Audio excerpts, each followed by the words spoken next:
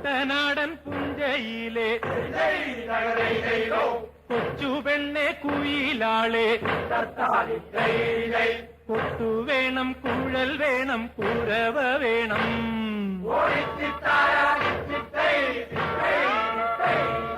വരവേൽക്കാനാള് വേണം, കോടി തോരണങ്ങൾ വേണം. വിജയശ്രീരാളിതരായി വരുന്നു ഞങ്ങൾ. And my interests were also, because I was an outsider, very early on. By high school, I became very conscious of human rights. It started out with an interest in children's rights, because as a child, I felt I was not being treated correctly. And in the last 500 years, maybe even a little less, because of the coming together of the best of Eastern thinking with the developments that happened in the Western world, created a world where minorities, for the first time, as enshrined in the Universal Declaration of Human Rights, had a stand, had feet to stand on. Could politics exist in the true sense of the word only in democratic societies? In a dictatorship, there's no politics. Real politics in the Greek term is what happens when competing ideas engage in the public sphere. The conservative societies, they don't care for liberalism, and they have exploited the weaknesses of the civilization to try to achieve what you had mentioned earlier, a return to a mythical, glorious past. Hello, everyone. June 25th, 1975 holds a special significance in the memory of India.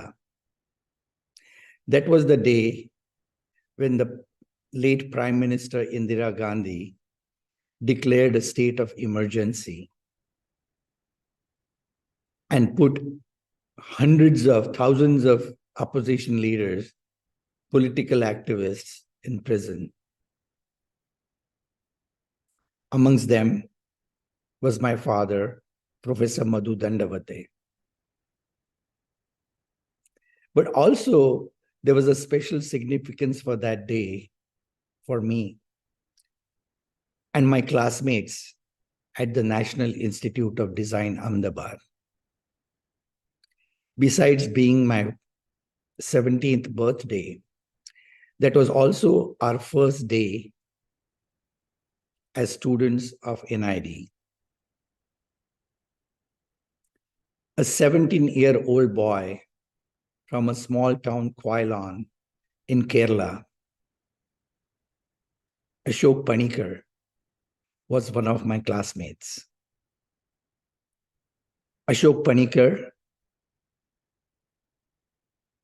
has been active conducting workshops, educating the youth in the area of critical thinking and conflict resolution through visual communication. 20 years ago, Ashok founded Metaculture, through which he facilitated the management of complex conflicts arising out of diversity, interrace, interfaith relations, gay marriage, immigration, and government company community disputes. Today, Ashok runs the Village Idiot Studio, a deliberately irreverent forum designed to demystify democracy, diversity, and interpersonal and societal relationships. Ashok communicates through posters. He wants to help people go past the usual polarizing issues such as racism, sexism, campaign finance, or gerrymandering. He wants people to rediscover what core demands of democracy, such as the ability to think for oneself while being able to simultaneously balance one's individual needs with that of the family, community, and nation. He hopes that these posters will generate constructive and difficult conversations. I bring to you Ashok Panikar in a dialogue about his imagination of India's democracy, humanity, and his struggles in cultivating these values and this imagination amongst communities that are torn in conflict. So over to Ashok.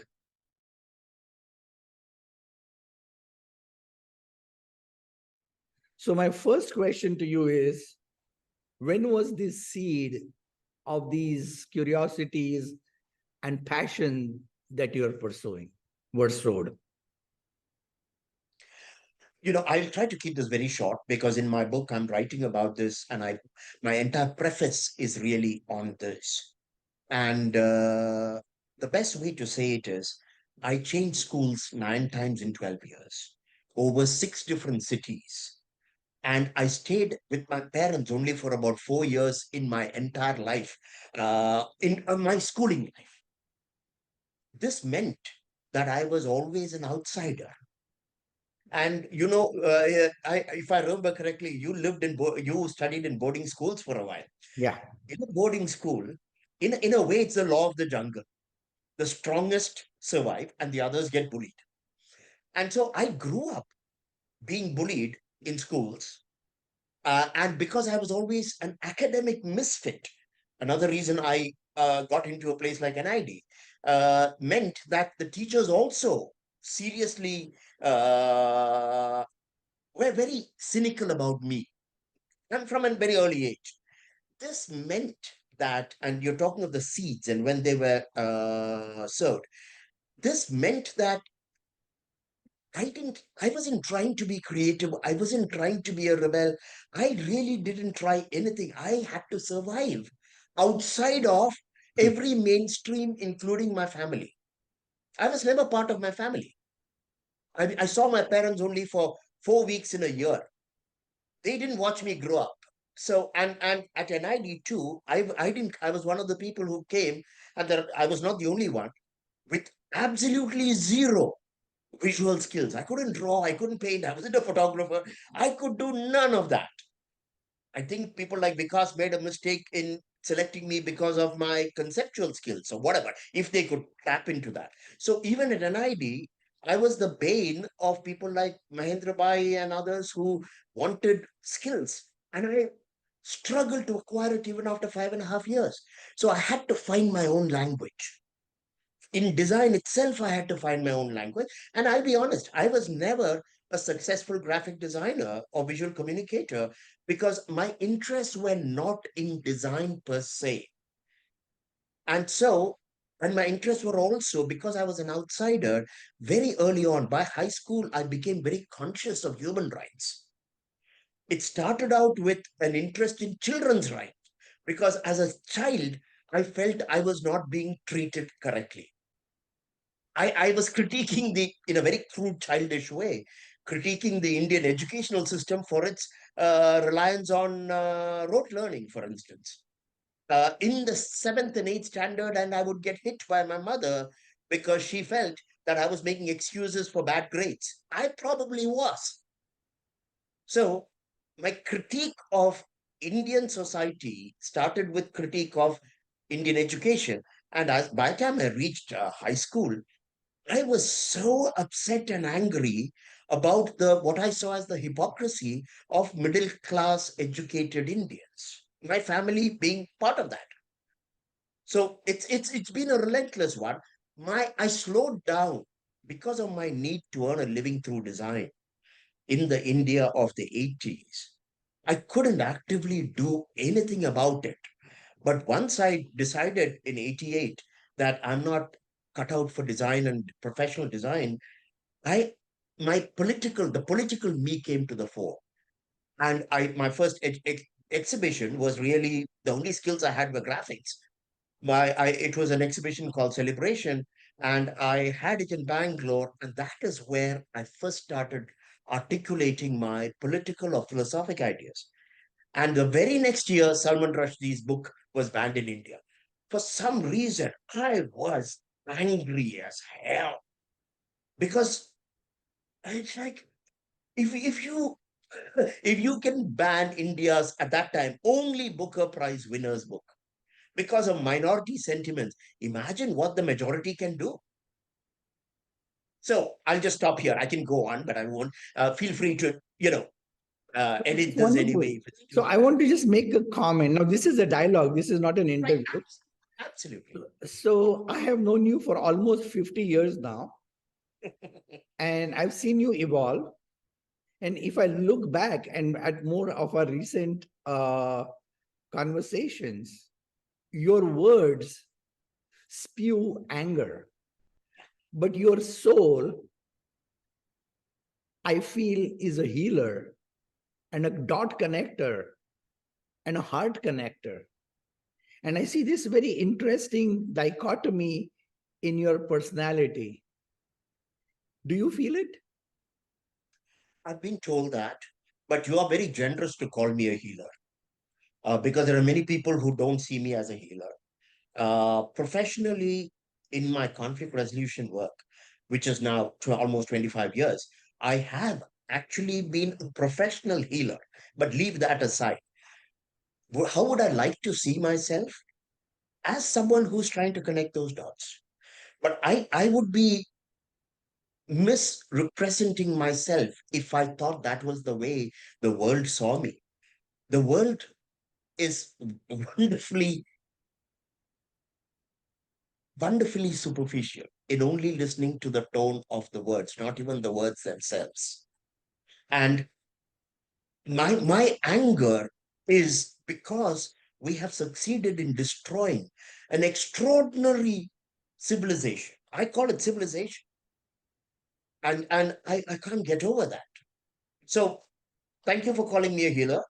I try to be constructive, but I do come across either as um, sarcastic, satirical, mocking, or even angry. And I'm past caring anymore.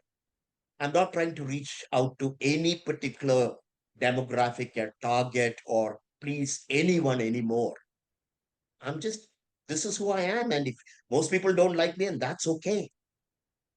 Okay, so I want to pick on something that you just said.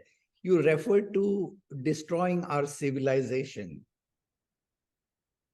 And would that suggest to me that you do care for the civilization? You want to preserve it, nurture it, and build from it. And I want to just clarify for our audience, your reference to civilization, I'm assuming, is different from the current political dispensation of their mission to preserve our civilization. Is there a difference? Totally. Frankly, I don't care at all for any civilization that might have existed 5,000 years ago. It's irrelevant because I'm a, I'm a, I'm a student of history. By that, I don't mean formal education, but I love history. And until about 500 years ago, life was very cruel.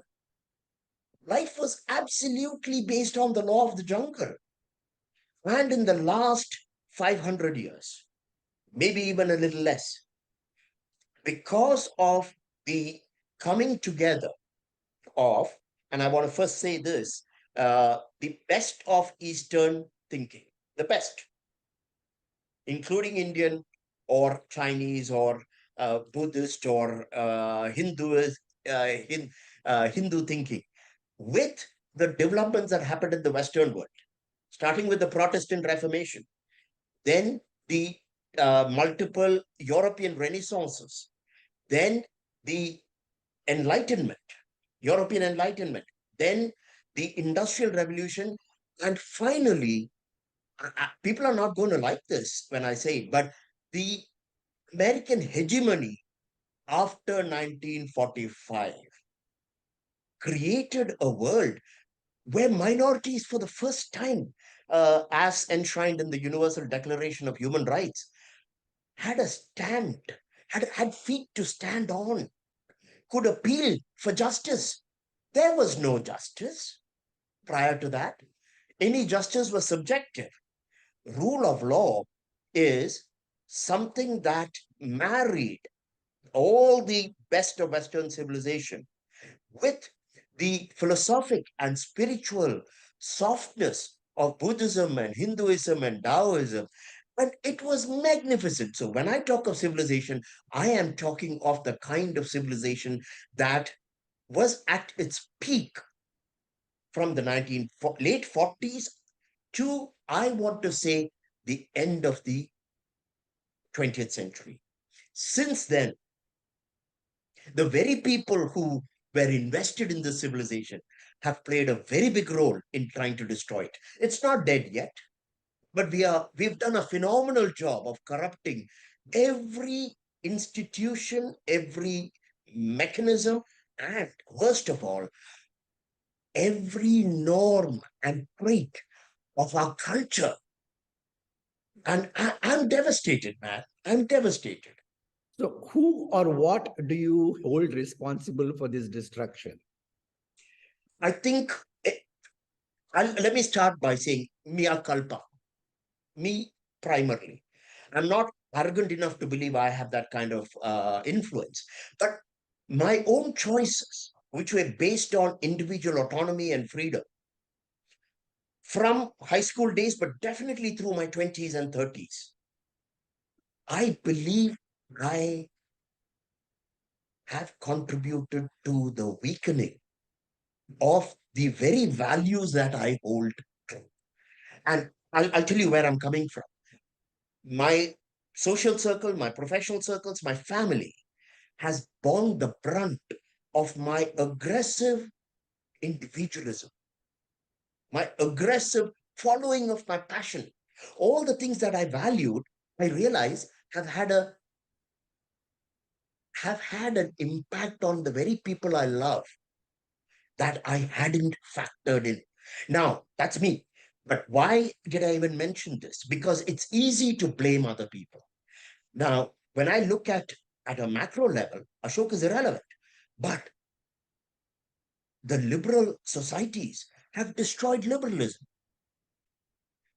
The conservative societies, whether it's the Arab world, the traditional Indians, the traditional Chinese, they don't care for liberalism, and they have exploited the weaknesses of the civilization to try to achieve what you had mentioned earlier, a return to a mythical, glorious past. So from the left and the right, we have we are basically on our way to destroying any freedoms or rights that we have ever created. Now, I want to say that for me to blame anyone, whether it's Trump or Putin or Xi or Modi or anyone, is irrelevant because my own choices were dangerous for my micro society. I'm part of the problem. I get it. So, you do refer to politics in your conversations. So, you refer to politics, but you almost abhor the politics of the day and the politics as practiced by both ends of the spectrum. So, what, in your view, is the right kind of politics? I'd like to, if I may, define politics because, firstly, I've totally given up on labels. I don't even call myself a liberal anymore because the word has been corrupted. So I can't talk of any particular kind of constructive politics. But politics is an interesting word, and I discovered this only about 7 to 10 years ago. Politics exists in the true sense of the word only in democratic societies. In a dictatorship, there's no politics. I mean, there might be the backroom machinations of different courtiers of the dictators playing one against the other. That's childish politics. Real politics in the Greek term is what happens when competing ideas engage in the public sphere. This is very important politics. What has happened now is the right and the left have given up on this politics. The American political environment, I know you want to talk about India, but I'll just mention this. The American political environment is completely paralyzed. There is no politics. Even negotiation and trading off is considered selling out. I'll give you one example. My 12 years in India, the last stint, where I was running Metaculture as a conflict management center, you may not, okay, yeah, I was astounded in the very first 2 years, 2005, 2006, to realize that the greatest opponents to my work were not big government, no, was not government or big business. It was the NGOs. The civil society actors were the ones who were threatened by my invitation to dialogue and negotiate. Because in their minds, and these are some of the biggest names in Indian civil society, in their minds, to negotiate with anyone in power was selling out. They wanted or they trusted only the process of disruption and protest. I am talking in the mid 2000s, way before Modi got on the national scene. I hold civil society as mostly responsible for the destruction of India's democracy, not the right wing. Because the right wing does what it always does. Because they don't care about democracy. They don't care about human rights. They only want majoritarian rule. That has always been the case historically and definitely in any part of the world. Civil society had a responsibility to play politics, which is essentially not about protest, even though protest is important in a democracy. It is about negotiation and dialogue. And they completely dropped the ball on that. Sorry, I get very No, I like it. excited. I respect your thoughts. So that takes me to another question is, you are from Kerala. Recently, I was at the Kochi Biennale, and not talking about everything that I saw, but the one specific display was in a dilapidated house where students had created artifacts and displayed them. And a lot of them were expression of anger and pain. One of the students who was acting as a volunteer there came over to me and we got into conversation.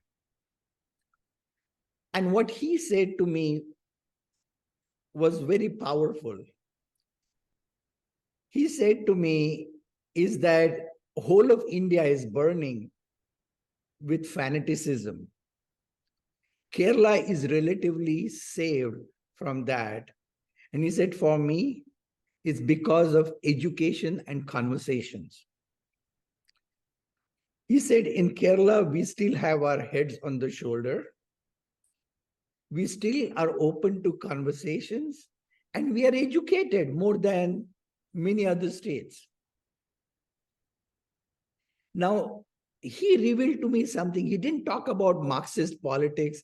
He didn't talk about party politics. He didn't talk about conflict between Modi and the rest of the world. He just made a simple expression while explaining to me all the pain and frustration that was displayed on the wall. Do you have any comment on that? I know this is a cliche, but I do have a love-hate relationship with my own ethnic linguistic state. The more I live outside Kerala, the more I realize I am Malayali. Even though my knowledge of Malayalam is very limited, I can't read or write. I can speak it in a crude fashion. The roots are so deep. So I cherish it. I really cherish it because growing up in Kerala was special. Of course, I grew up also in Delhi and Calcutta and Bangalore, but leave that aside.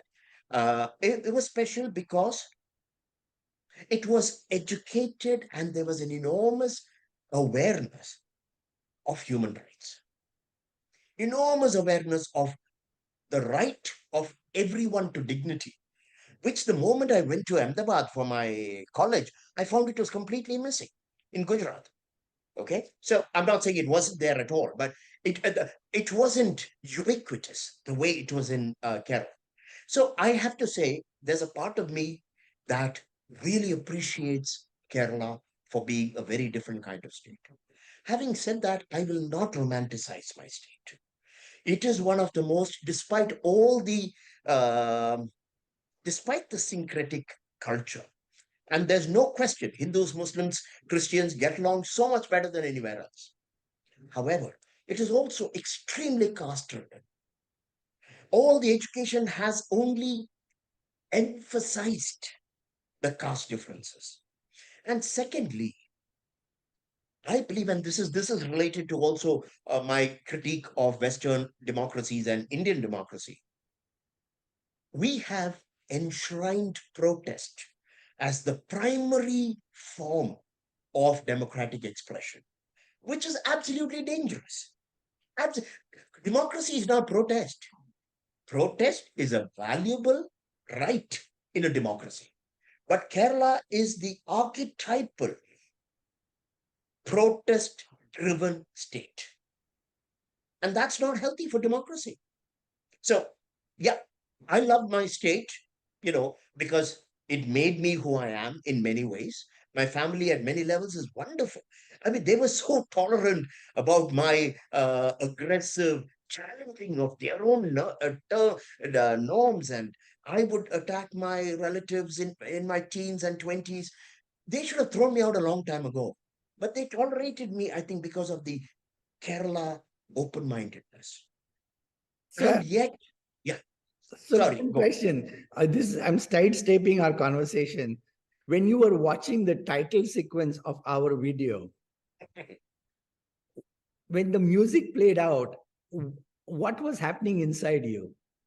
I felt very warm, very warm. It, it. I haven't heard that music for a long time, and it was like suddenly it was like Uday is tapping into something at my roots. I loved it. You heard it growing up. Of course, of course. And more than anything else, it was like, because I'm in Washington, D.C., I'm sorry that I don't have any Malayali friends here that I can visit and hear my own culture being manifested through art or music or anything else. Uh, it just suddenly made me feel very warm. Thank you for that. You're welcome. And I think that that's what the purpose is in my entire project is not to just treat uh, the human connection at an intellectual level. It's important. Discourse is important. Negotiations are important. Critical thinking is important. But to creating a fertile ground for hearts to connect with hearts is important. And arts, visual thinking, music, dance, all of that is as important as verbal communication. Of course, absolutely. If you remember one day in the NID auditorium, we started a nonsensical song, and the whole auditorium joined us, and we sang and we gave a rhythm to it for almost 20 minutes. It was initiated by you. I remember that. Yes. You lost an opportunity to become a rap artist or something. But I think what is important is the kind of connection we felt. There was no thought, there was no idea, but there was a rhythm and tune that came from deep inside us. Pure rhythm, pure rhythm, emotion, and harmony. Absolutely. So let me go back to the next thing. What is an alternative to binary thinking? So I'll try not to be very pessimistic. The expression that a pessimist is merely an optimist who got beaten up far too many times. So I think firstly, binary thinking is not all bad. It's not all bad. This present day fascination with non-binary everything, including gender, is ridiculous. I think we take even non-binary to a ridiculous extent. But having said that, I know what you mean by non-binary or binary thinking. I think the problem with political binary thinking is that it doesn't take into consideration the complexity of human beings itself. We, I cannot be, however much I want to be, always good. I can't be always honest. I can't be always pure of heart or mind. I'm messed up. I'm messed up. And why am I messed up?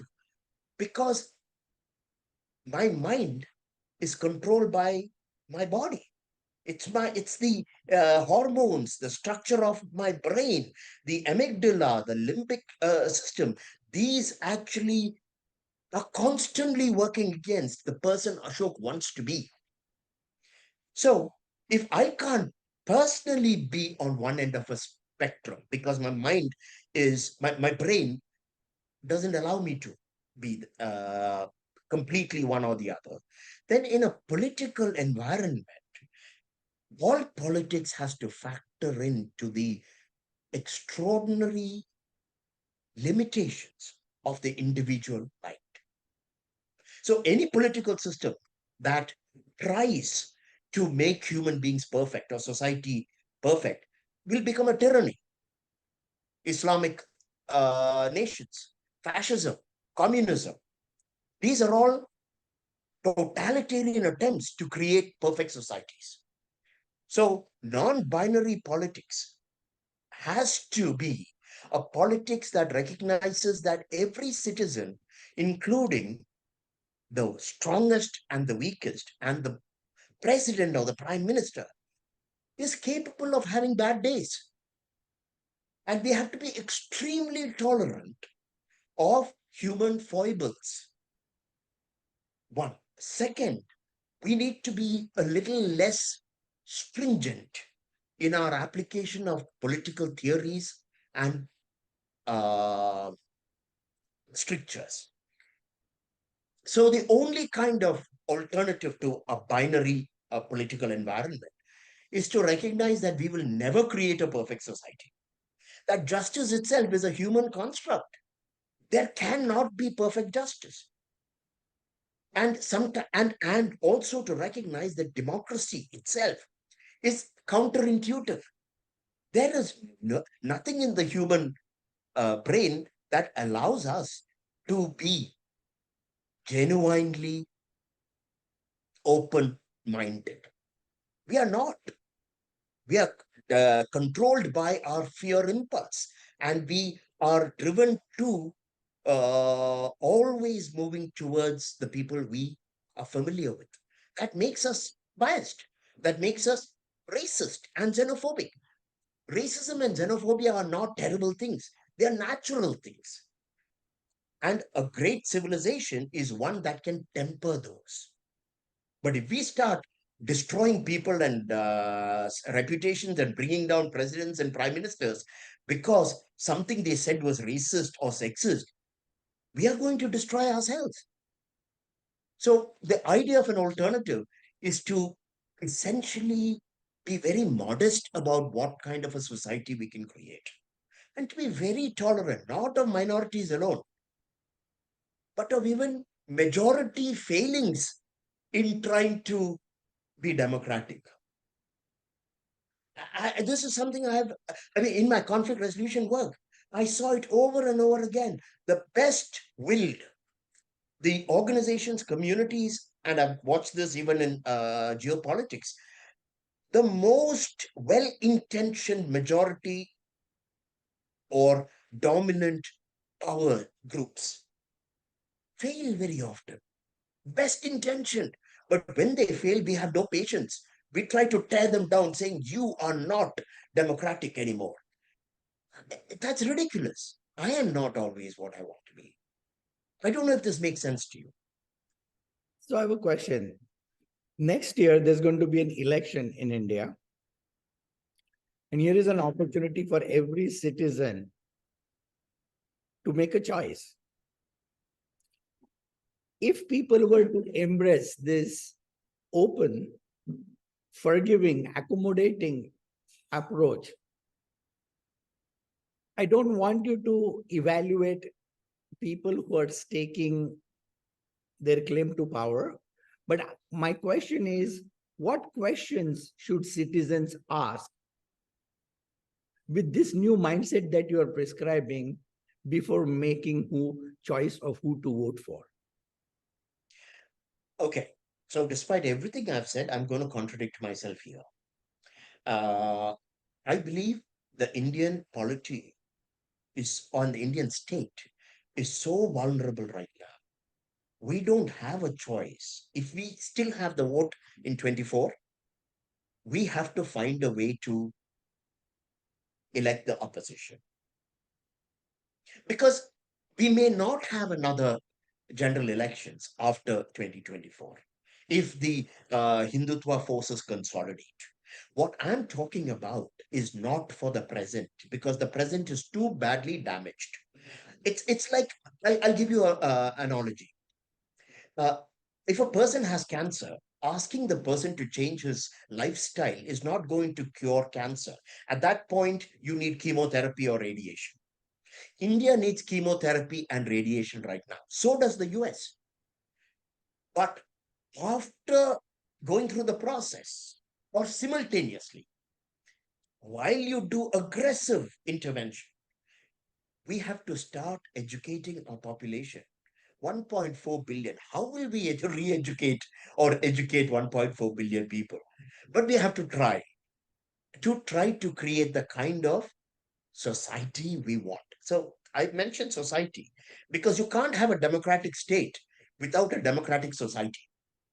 And first, everything that you and I hold dear, open mindedness, critical thinking, compassion for the weak, all of that is only possible if the ordinary person has developed the appreciation of being accommodating at home, in the neighborhood, in the city, society, and nation. And that is going to take a few hundred years. You know, Tocqueville, when he traveled around the US, and he wrote his book, two books on American democracy, he said the most powerful thing that he witnessed was that in the towns, little towns, you're talking before technology, before telegraph or communication media, ordinary people were debating what kind of a society they wanted. That they were attending town hall meetings in the cafes and in the bars or pubs.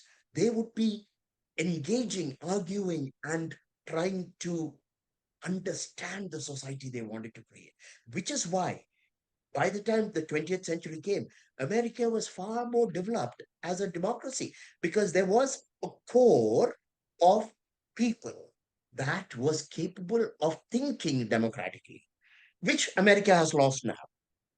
I just want to be very clear. America doesn't have it anymore. But it took about 200 years for America to create that. And India has had only 70, 75 years. In a way, Indian democracy is premature.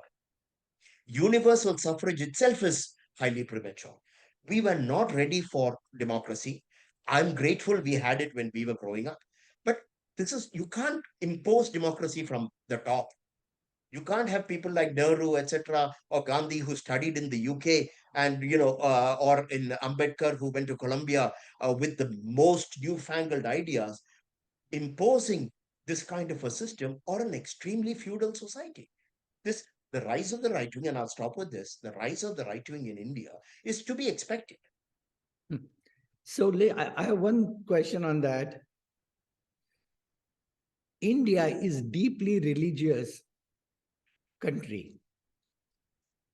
What is your understanding of the role of religion either as a medium or a barrier to nurturing democratic spirit? Great question, because I have been an unbeliever all my life, from the age of 13 onwards. And I have always, and this is part of my learning, until about 10 years ago, I hated the idea of religion in the public sphere. I'm still very uncomfortable with the idea of religion, religious processions, loudspeakers, etc., from one religious community to another, pretty much attacking the environment.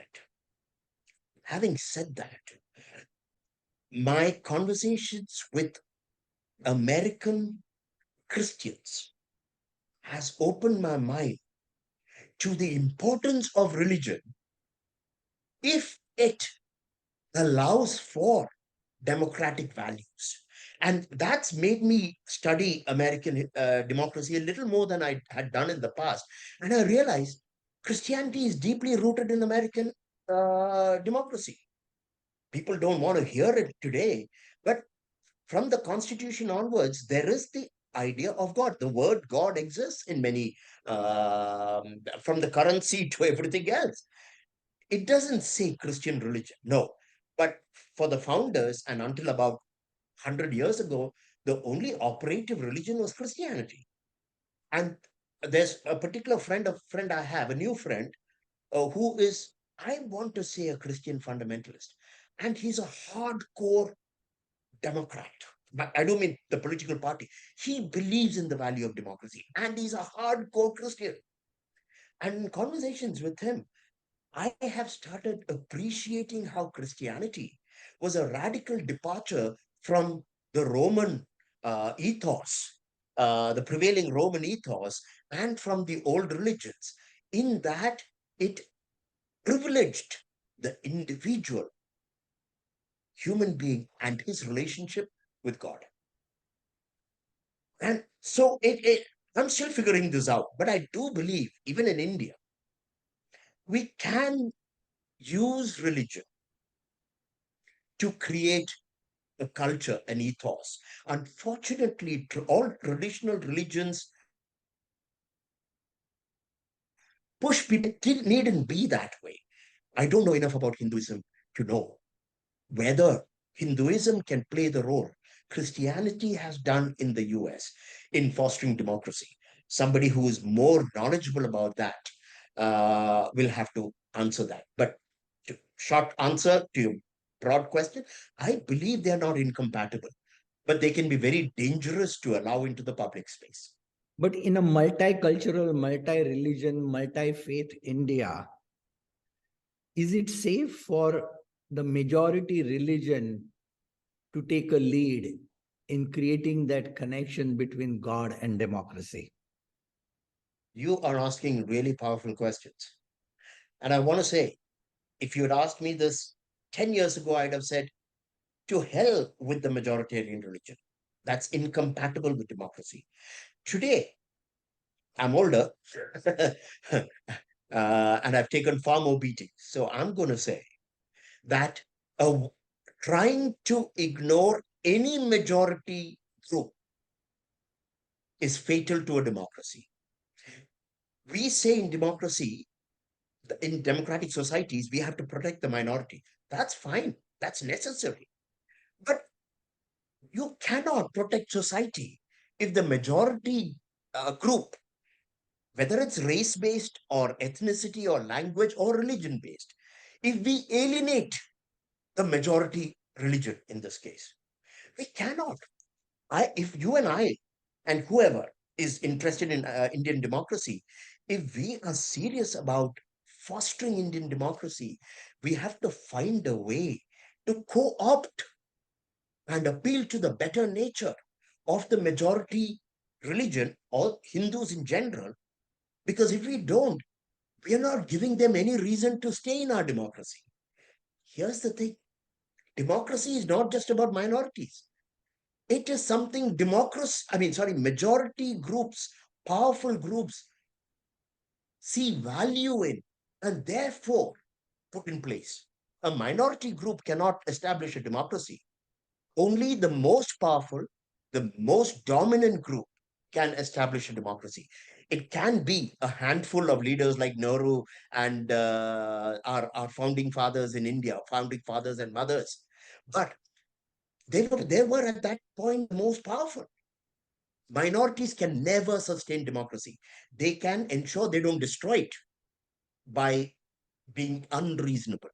But it's only a majority group. And in India, we have to accept if we want democracy, we have to find a way to carry the 800 million to billion Hindus for whom their religion is very important.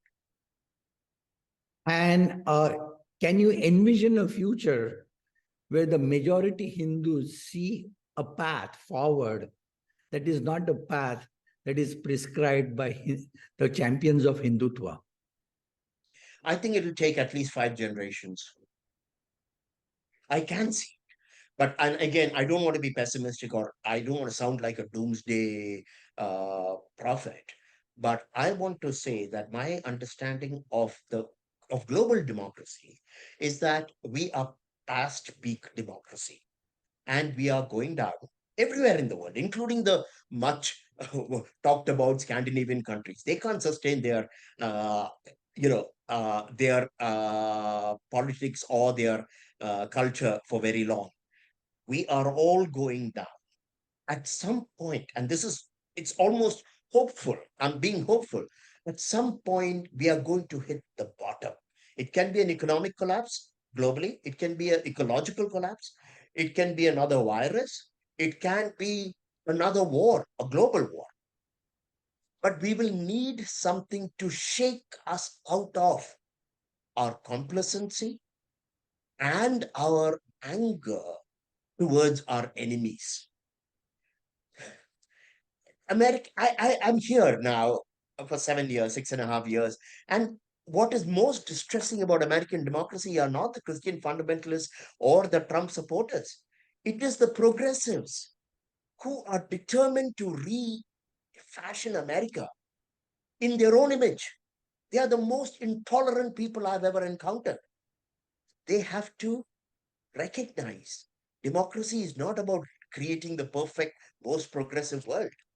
They have to realize they have to carry the ordinary Christian white American. But unless there's a real crisis, Trump was not a big enough crisis in 2017. We need a big crisis, a really big crisis to wake us up. And unfortunately, that's what humans are. Unless we are slapped in the face so many times, we don't wake up. It took me 30 years of being an arrogant liberal, determined to lead my life according to my passion, for me to realize that I was causing damage amongst the people I loved. That's beautiful.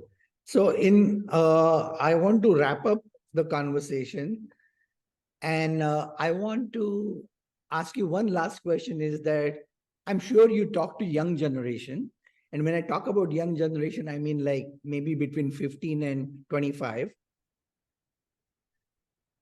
When you are in conversation with them, amongst your thoughts, which thoughts open the doors of their mind to a more accommodative conversation?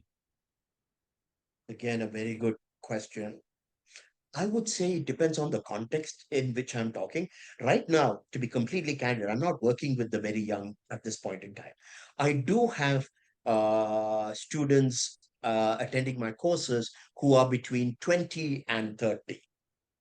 And when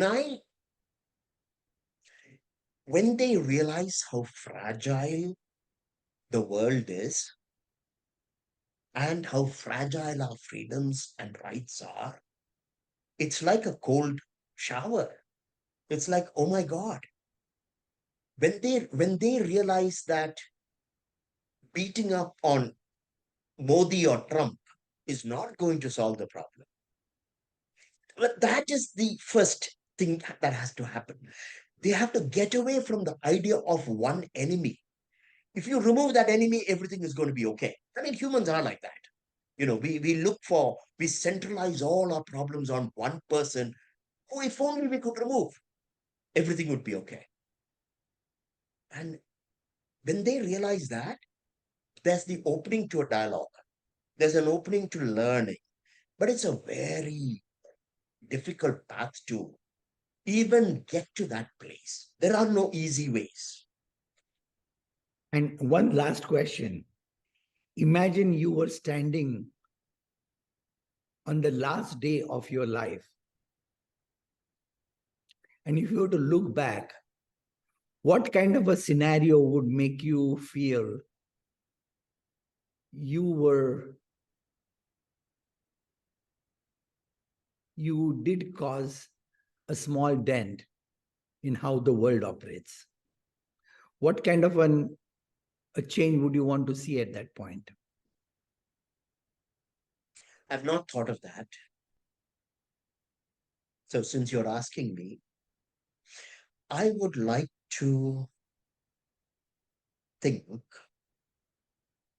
that if I could hear from one or two people, if they would come to me or write to me and say, Ashok, after your course or after knowing you, here's what I have been doing in my own community. I think I'd be very gratified. Wonderful. And I can say, with all your anger and frustration, with the way we are all headed towards the doomsday, I don't think that reality is impossible. Can I ask you the same question back? Yes. I am in an entirely different framework. I'm seeking more of, it's not religious, but spiritual transformation of humans. More on the lines of what Gandhi tried to do. And if I saw around me in my immediate surroundings more compassion, more caring, more listening, I would be happy. Thank you. And, I didn't mention this earlier, but today is my birthday. So this conversation is in a way very timely because it all like all birthdays, and today I'm 65. I'm forced to ask myself some really tough questions. And that last question that you asked is particularly appropriate, and your answer makes me hope for both of us that we are only 65, and hopefully we have a little more time before we reach that last day. And I'm hoping that, both of us can see some of what we hope for. Thank you. And Ashok, this has been a wonderful conversation. I hope you enjoyed it too. Absolutely. Absolutely. And I want to say one last thing because it's celebrating, this series is to celebrate your father's 100th birthday. I think I only met him once when I visited your house in Delhi. I haven't ever talked to your dad. I did talk to your mother once. And I have to say, and I really mean it, when I look back at Indian politics, and if I were to identify genuinely sincere, humble, and yet influential people, I can't think of more than 4 to 5. And your dad is definitely one of them. And I want to say something. You're very, very, very fortunate to have had parents as wonderful as yours. And I would also add my mother to that list. And I think in that, my framework of caring, compassionate person, I've seen a lot more in that. And I think my expectations from the world have come from her. You're a very lucky person. You're a very lucky person, and I really mean it. Because most of us, I mean, me and my peers, Our parents were regular middle class professionals, and that they gave us some really powerful values. But your parents were, both of them were special, were very special. Well, thank you, Ashok, and happy birthday. I hope you get to do something fun today and wish you all the best. I am your great admirer, and I hope you hold on to that steam and passion and relentlessness. പുഞ്ചയിലെ കൊച്ചു പെണ്ണെ കുയിലാളെ